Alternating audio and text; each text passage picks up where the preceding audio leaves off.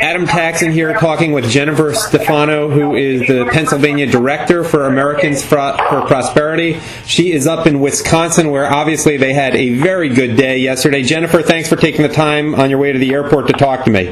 No problem, Adam. Anytime. So I imagine the mood is pretty good. Give me some general thoughts about the resounding victory for Scott Walker yesterday. Well, I have a saying that if you're on the side of liberty, and I find it hard to believe there are people who are not, but if you believe in liberty, yesterday was a good day for liberty, and it was a good day for all of America. And I think it's because the truth prevailed. People understood what was happening. They understood the truth. It prevailed. What were you doing exactly up there over the last few days? Phone banking and door knocking. Community organizing, Adam, as our president used to do. I really just was going door to door to talk to people in Wisconsin, not about a politician, not about a political party. I was just going to talk about the reforms that were made in Wisconsin and how incredibly successful they were. They went from a nearly $4 billion deficit to over $150 million surplus because of these reforms. It's really remarkable. And the unemployment rate's doing better than in Wisconsin than in most of the rest of the country, which is unusual. Usually it's worse there, right? Correct. It's more than 2 points below the national average. It's about 6.2% here in Wisconsin. That's the lowest it's been since 2008.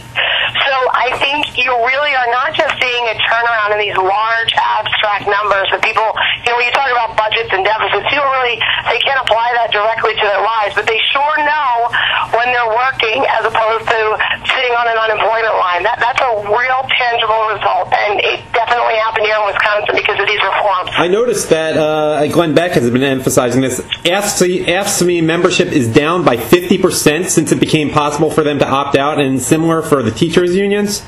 Correct. I think that the unions have failed to do the job that they were supposed to do, and instead they knew that the government had workers over a barrel, and they thought they couldn't lose. And see, Adam, there's only two ways to live: voluntary or coerced.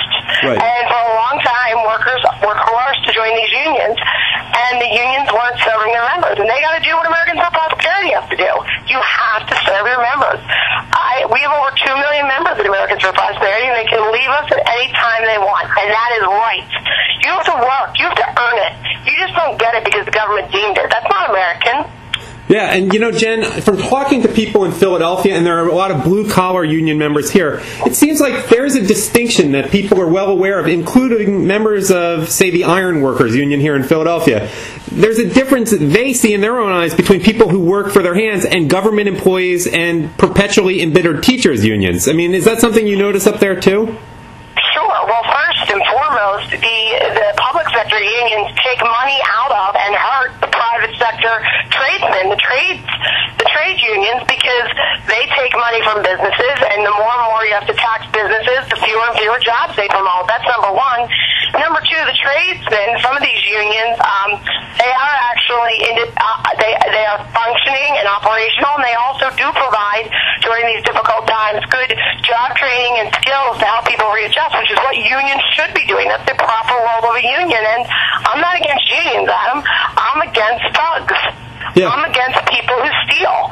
And I think the public sector unions have been doing that for too long. So really, people saw a distinction between public sector unions and private unions, and non-skilled versus skilled unions, and also, I guess, between union leadership and union rank and file members. That's all fair to say as well? Yeah, and I really try to talk to people on our side. You shouldn't talk about unions just as a blanket statement. There are union workers and there are union bosses. There are public sector unions and there are private ones. And I think you should go to my blog, JenniferStefano.com.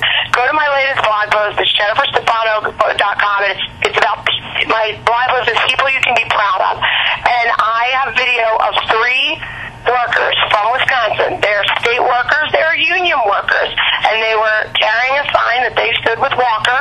And I asked them, what was the issue that made you stand with Walker? And they talked about they're ready. Look, most Americans are ready to shoulder some burden or pay some price to preserve liberty and to get us out of the economic calamity that we're in. And it's just terrible when these unions won't allow them to do what they as Americans want to do. And I thought it was so wonderful that they were so public and so strong. So go to JenniferStefano.com and you can see it. Jennifer, let me ask you, because you are the director of Americans for Prosperity here in Pennsylvania, and Pennsylvania is a heavily union state, not to mention a state where there's a coal industry. What are the implications from yesterday's result in Wisconsin here in the Keystone State? Well, I tweeted out that now all the Republican governors across the country can come out from hiding under their desk. Scott Walker showed them how to lead. He won, and they showed him what a leader is. And I particularly tweeted that to our governor, Governor Corbett. Come out wherever you are, guys.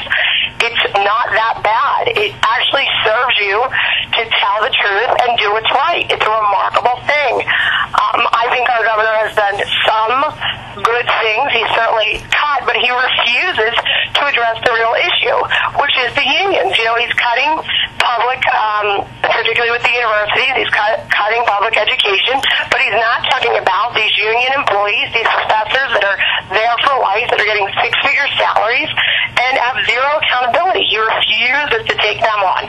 And until he does, we are never going to turn around this state. Jennifer, thanks for taking the time while you're up in Wisconsin on your way to the airport. I've been talking to Jennifer Stefano, head of Americans for Prosperity here in Pennsylvania. Give us that website once more. Yes, you can go to see the video, JenniferStefano.com. That's Stefano with an F. You can also go to AmericansForProsperity.org. Jennifer, thanks for the time. I'm sure I'll talk to you again soon. Thank you, Steph.